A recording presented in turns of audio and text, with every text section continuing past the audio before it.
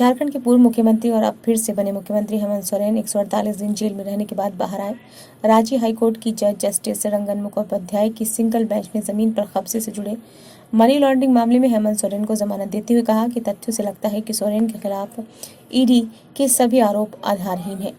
बड़काई शांतिचार की जिस 8.86 एकड़ जमीन के मामले में ईडी ने सोरेन को गिरफ्तार किया था, उस पर कब्जे में उनकी कोई भूमिका नहीं है। हाईकोर्ट ने स्पष्ट कहा कि हेमंत सोरेन के प्रत्यक्ष रूप से कोई संलिप्तता नहीं दिखती है, न ही जमीन छिपाकर रखने के मामले में प्रोसीडिंग ऑफ क्राइम यानी कि अपराध की आम बनता है, और न ही राजस्व रिकॉर्ड में प्रत्यक्ष रूप से उनकी संलिप्तता दर्शाता है। जेल से बाहर आने के बाद हेमंत सोरेन बोले, मुझे झूठे आरोपों में फंसाया गया था, 5 महीने जेल में काटने पड़े। पूरे देश को पता है कि मैं जेल किस लिए गया था। आखिरकार कोर्ट ने न्याय किया है। सोरेन ने कहा कि केंद्र सरकार के खिलाफ आवाज उठाने वाले नेताओं, समाजसेवी, लेखकों और पत्रकारों की आवाज को दबाया जा रहा है।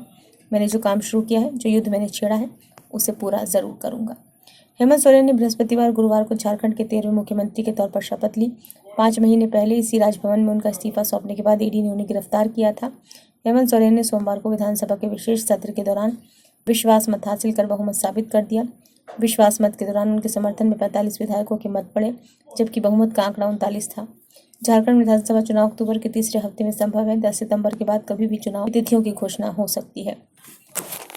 भारत निर्वाचन आयोग ने राज्य निर्वाचन कार्यालय को ये संकेत दिया है कि हरियाणा, महाराष्ट्र और जम्मू कश्मीर के साथ ही झारखंड विधानसभा का भी चुनाव कराया जाएगा। झारखंड विधानसभा के सदस्यों की संख्या 81 है।